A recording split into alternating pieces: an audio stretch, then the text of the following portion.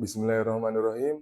Assalamualaikum warahmatullahi wabarakatuh. Waalaikumsalam warahmatullahi wabarakatuh. Selamat pagi, sahabat Bawaslu yang sedang menyaksikan.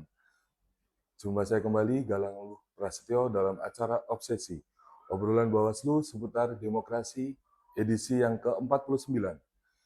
Sahabat Bawaslu, kali ini kami mengangkat tema pentingnya pengawasan partisipatif. Mengapa pengawasan partisipatif itu penting? Pengawasan partisipatif dalam pengawasan pemilu sangatlah penting karena menjadi fondasi utama dalam sistem demokrasi dan juga untuk memastikan proses demokrasi berjalan dengan baik. Masyarakat yang aktif berpartisipasi tentunya dalam hal pengawasan dapat mencegah terjadinya kecurangan dan memastikan hasil pemilu mencerminkan dari kehendak rakyat. Sahabat Bawaslu, sebelum ke tema pada pagi hari ini, semoga sahabat Bawaslu yang sedang menyaksikan senantiasa diberikan keberkahan, kesehatan, dan kelancaran. Amin ya rabbal alamin. Sahabat Bawaslu, tentunya saya tidak sendiri, sudah hadir di samping saya anggota Bawaslu Kabupaten Cilacap, Divisi Pencegahan Parmas dan Humas. Beliau Bapak Ujang Taufik Nur M. Apa kabar, Pak? Alhamdulillah baik Mas Alhamdulillah. Galang. Disapa dulu Pak, sahabat Ya. Bawaslu Pak. Terima kasih Mas Galang. Siap. Bismillahirrahmanirrahim. Assalamualaikum warahmatullahi wabarakatuh. Waalaikumsalam warahmatullahi wabarakatuh. Sahabat Bawaslu, warga masyarakat Kabupaten Cilacap, alhamdulillah pada pagi hari ini kita bisa berjumpa kembali dalam acara podcast Obsesi. Edisi keberapa Mas Galang? 49 Pak. 49. Baik, alhamdulillah kita bisa berjumpa kembali dalam acara podcast Obsesi ke-49, edisi 49 ini. Tentu kita ditemani, di sini ada host yang sangat gagah, yaitu Mas Galang. Nah, di sini mudah-mudahan sahabat Bawaslu, warga masyarakat Kabupaten Cilacap, semuanya dalam keadaan sehat. Amin. Dan diberi kelancaran dalam semua urusan. Amin. Ya, baik. Terima kasih Pak. Terkait dengan tema pada pagi hari ini, yaitu terkait dengan pentingnya pengawasan partisipatif Pak Ujang. Apa sih Pak itu terkait dengan pengawasan partisipatif Pak? Mungkin bisa dijelaskan dulu Pak untuk sahabat Bawaslu. Baik, sahabat Bawaslu semuanya, pengawasan partisipatif ini merupakan sebuah gagasan dari Bawaslu, ya, di mana di sini gerakan masyarakat untuk ikut melakukan pengawasan, ya, memantau, mengawal, dan mengawasi seluruh tahapan baik itu pemilu maupun pilkada. Jadi dalam hal ini pengawasan ini tidak hanya dimonopoli oleh Bawaslu saja, tetapi seluruh masyarakat, sahabat Bawaslu kalian semuanya berhak untuk melakukan pengawasan supaya pemilu maupun pilkada itu sesuai dengan harapan kita, yaitu menjadi pemilu yang jujur dan adil. Seperti itu, Mas. Baik Pak, terkait dengan tadi sudah dijelaskan apa itu pengawasan partisipatif. Lalu Pak, sebagai koordinator Divisi Pencegahan Parmas dan Humas, nah apa sih Pak yang sudah dikembangkan terkait dengan pengawasan partisipatif Pak? Ya. Baik, Bawaslu Kabupaten Cilacap dalam melaksanakan tugasnya sebagai kewajiban, ya. Ini merupakan kewajiban kita sebagai jajaran pengawas pemilu yang diamanahkan oleh Undang-Undang 7, bahwa kita di masa non-tahapan ini kita memiliki kewajiban. Yang pertama adalah pengawasan PDPB, kemudian yang kedua adalah pengembangan pengawasan partisipatif. Nah, pengawasan partisipatif ini yang sudah kita lakukan, yang sudah Bawaslu Kabupaten Cilacap lakukan itu banyak sekali, Mas Galang. Wow. Tetapi dalam hal ini kita rangkum menjadi dua metode. Yang pertama adalah metode daring, artinya kita melalui kanal-kanal digital kita, baik itu website, kemudian medsos kita, terutama melalui konten-konten ataupun kegiatan-kegiatan dilakukan oleh Bawaslu Kabupaten Cilacap yang kemudian kita up di medsos kita. Nah, selain metode cara daring, kita juga memberikan sosialisasi kepada masyarakat dalam pengawasan partisipatif ini melalui metode tatap muka. Ya. Nah, dalam tatap muka ini banyak sekali kegiatan-kegiatan yang telah kita laksanakan. Yang pertama adalah Misalkan kita berkoordinasi dengan stakeholder, dengan instansi terkait, kemudian dengan lembaga pendidikan, juga dengan organisasi-organisasi kemasyarakatan, baik itu kemasyarakatan maupun kepemudaan. Nah, jadi banyak sekali kegiatan-kegiatan ataupun hal-hal yang telah kita laksanakan, Bawaslu Kabupaten Cilacap laksanakan dalam pengawalan partisipatif melalui tatap muka ini. Oke, baik. Menyambung tadi Pak, bahwa Bawaslu Kabupaten Cilacap telah melakukan pengawasan partisipatif baik dari instansi terkait, kemudian dari pendidikan, ya kan Pak, dan sebagainya. Nah, bisa nggak Pak dikasih contoh ke pendidikan itu kemana menyasarnya kemana begitu Pak? Oh, baik.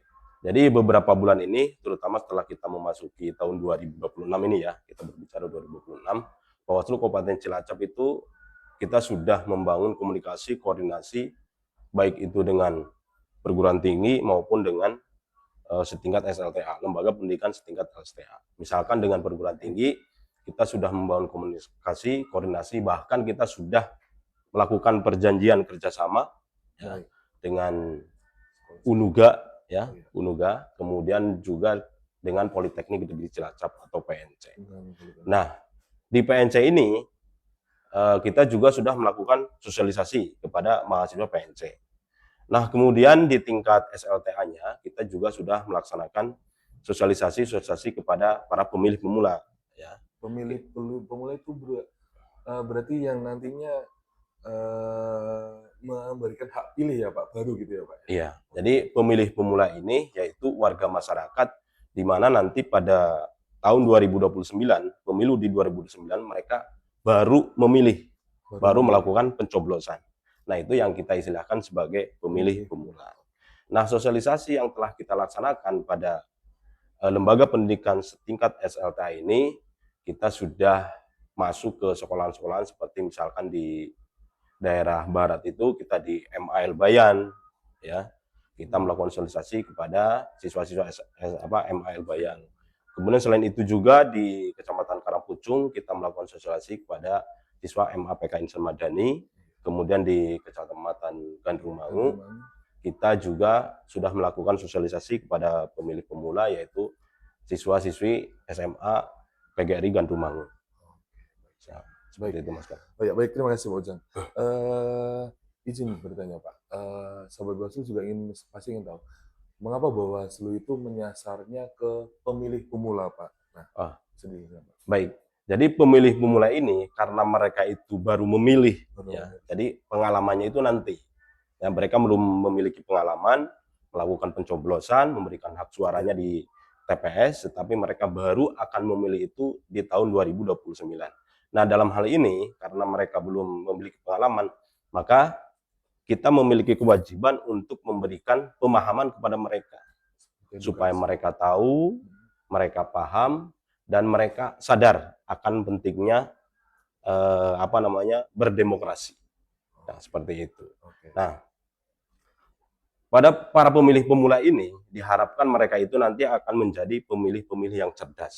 Nah, untuk menjadi pemilih yang cerdas, otomatis mereka harus mengetahui dan memahami regulasi-regulasi yang ada. Baik itu mereka harus paham penyelenggara pemilu, paham juga mereka tahu juga peserta pemilu, termasuk juga mereka tahu warga negara yang berhak untuk mencoblos itu siapa saja. Nah, mereka juga harus tahu. Nah, kemudian setelah mereka paham, nanti mereka akan memberikan hak suaranya sesuai dengan hak mereka. Seperti itu. Oke, baik Pak. Terkait dengan pengawasan partisipatif Pak, setelah menyasar sekolahan, kemudian universitas Pak, setelah ini apa Pak yang dilakukan Bawaslu Kabupaten Cilacap untuk kedepannya Pak? Oke, kita juga Bawaslu Kabupaten Cilacap juga sudah membangun komunikasi dan koordinasi dengan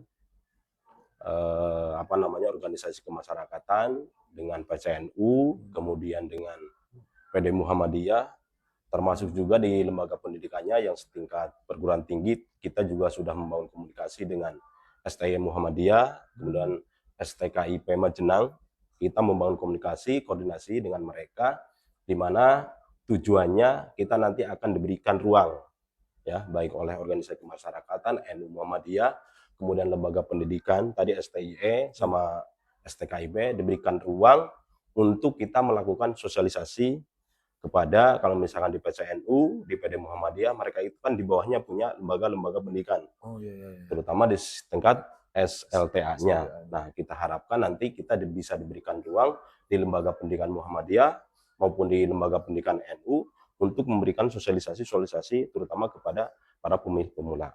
Nah, termasuk juga kalau setingkat perguruan tinggi, baik itu di mana tadi STIE Muhammadiyah, kemudian STKIP Majenang, kita sudah berkomunikasi dengan mereka, kita akan melakukan perjanjian kerjasama, sama sasarannya yaitu tujuannya kita supaya diberikan ruang baik oleh STIE kemudian maupun STKIP Majenang itu untuk melakukan sosialisasi kepada mahasiswanya. Nah, seperti itu Mas. Oke, jadi di sini ini Bawaslu itu mempunyai peran untuk menyadarkan juga nggak ya Pak, pentingnya terkait dengan demokrasi ke anak-anak muda, terutama pemilih pemula, gitu Pak. Tadi Bapak menjelaskan juga ada pengawasan partisipatif, ada juga pendidikan partisipatif ya Pak ya. Nah, mungkin bisa dijelaskan Pak, ada bedanya apakah pengawasan partisipatif dan pendidikan Pak, pendidikan partisipatif? Enggak Pak. Baik, sebelum saya menjawab itu ada tambahan sedikit terkait dengan rencana kita untuk melakukan kerjasama, koordinasi, selain dengan yang 3 tadi, dengan mana tadi yang sudah kita lakukan kerjasama dengan PNC, kemudian UNUGA, STIE Muhammadiyah, kemudian dengan STKIP Majenang, kita juga nanti akan berencana untuk membangun komunikasi dan koordinasi serta kerjasama dengan perguruan tinggi yang lain, terutama yang ada di Kabupaten Cilacap. Nah, baik. Terkait dengan pendidikan pengawas partisipatif yang kita istilahkan dengan P2P Mas Kang ya. Pendidikan pengawas partisipatif. P2P. Nah, ini merupakan program nasional yang digagas oleh Bawaslu Republik Indonesia. Di mana kita sebagai jajaran pengawas itu memberikan pelatihan, memberikan pendidikan kepada masyarakat yang mengikuti pendidikan pengawas partisipatif ini supaya mereka itu nanti akan menjadi kader-kader pengawas partisipatif. Nah, dalam pelatihan ini, dalam pendidikan ini tentu ada materi-materi ya yang kita sampaikan kepada peserta P2P ini. Nah, yang nantinya mereka itu nanti akan menjadi kader-kader pengawas partisipatif. Otomatis nanti mereka harus paham ya. Yang pertama misalkan materinya terkait dengan teknis pencegahan pengawasan, kemudian teknis pelaporan pelanggaran, dan juga mereka nanti akan diberi materi terkait dengan teknis sengketa proses, termasuk juga nanti mereka juga diberi materi terkait dengan teknis pengawasan digital. Seperti itu. Oh baik Pak Ujang, saya sedikit menangkap. Berarti nantinya kader-kader ini akan dibekali ilmu-ilmu terkait dengan seperti tadi apa, pencegahan, kemudian pengawasan terkait dengan juga ketika proses sengketa dan sebagainya. Mereka juga bakal dibekali seperti itu ya Pak. Nah Pak, ada pertanyaan gini Pak, ketika merekrut, mengajak kader-kader itu Pak dan menjadikan kader, apa sih Pak yang diharapkan dari kader-kader pengawasan partisipatif Pak? Nah, jadi setelah mereka nanti lulus pada pelaksanaan pendidikan partisipatif ini, nanti diharapkan mereka itu akan menjadi kader pengawasan. Kader pengawasan? Ya, jadi sekelompok orang, sekelompok warga negara yang telah kita didik, lulus, kemudian nanti mereka akan menjadi sukarelawan. Sukarelawan menjadi kader pengawasan. Nah, mereka ini nanti akan menjadi apa ya, kepanjangan tangan dari Bawaslu. Ya, mereka nanti setelah mereka, karena mereka telah dididik, dilatih, mereka paham terkait dengan cara umumnya adalah pengawasan, nanti di lapangan ya mereka nanti akan menjadi satu sebagai penyampai informasi yang akurat kepada masyarakat. Jadi informasi-informasi tentang kepemiluan, ya informasi-informasi tentang apa namanya penyelenggara pemilu, tahapan pemilu. Jadi mereka akan menjadi sebagai penyampai informasi, ya, penyampai informasi yang akurat dan tepat. Jangan sampai nanti masyarakat itu selalu mendapatkan informasi yang bersifat hoax seperti itu. Itu yang pertama. Kemudian yang kedua, mereka itu juga nanti diharapkan akan menjadi apa ya? warga masyarakat yang tanpa sungkan ya untuk memberikan laporan kepada Bawaslu. Jika dalam pelaksanaan tahapan baik itu pemilu maupun pilkada mereka menemukan pelanggaran baik itu yang dilakukan oleh peserta, penyelenggara ataupun pihak-pihak lainnya. Nah, mereka nanti akan melaporkan kepada Bawaslu seperti itu. Oke, baik. Oke, cukup menarik Bapak terkait dengan apa yang tadi Bapak sampaikan. Jadi Bawaslu itu tidak bisa bekerja sendirian, sahabat Bawaslu. Peran serta dari masyarakat tentunya sangat penting dalam pesta demokrasi. Baik Bapak, mungkin ada closing statement Pak untuk sahabat Oke. Bawaslu. Baik.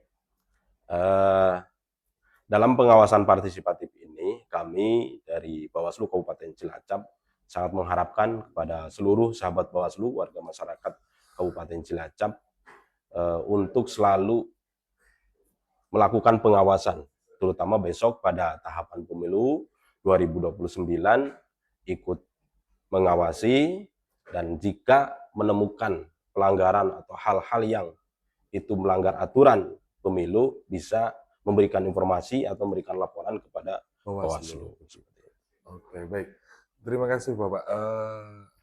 Ada beberapa hal yang saya tambah itu terkait dengan peran masyarakat itu dalam pemilu, menurut saya bukan hanya penting, tetapi sangat penting gitu ya Pak. Tanpa partisipasi masyarakat, demokrasi akan kehilangan manatnya. Oleh karena itu, setiap individu memiliki tanggung jawab untuk menggunakan hak pilihnya secara bijak dan ikut mengawal jalannya demokrasi secara jujur dan adil. Sahabat Bawaslu, mungkin cukup sekian dari episode Obsesi edisi yang ke-9, 49. Bagi sahabat Bawaslu yang belum mengikuti channel YouTube kami, belum subscribe, follow sosial media kami, Instagram, TikTok, Bawaslu dan Cilacap, silakan untuk di-subscribe dan di-follow. Terima kasih sahabat Bawaslu. Semoga sahabat Bawaslu, apa yang kita sampaikan pada pagi hari ini bisa memberikan manfaat yang baik untuk sahabat Bawaslu. Akhir kata dari kami, bila ada hal yang kurang tepat, kurang berkenan, saya mohon maaf. Wassalamualaikum warahmatullahi wabarakatuh.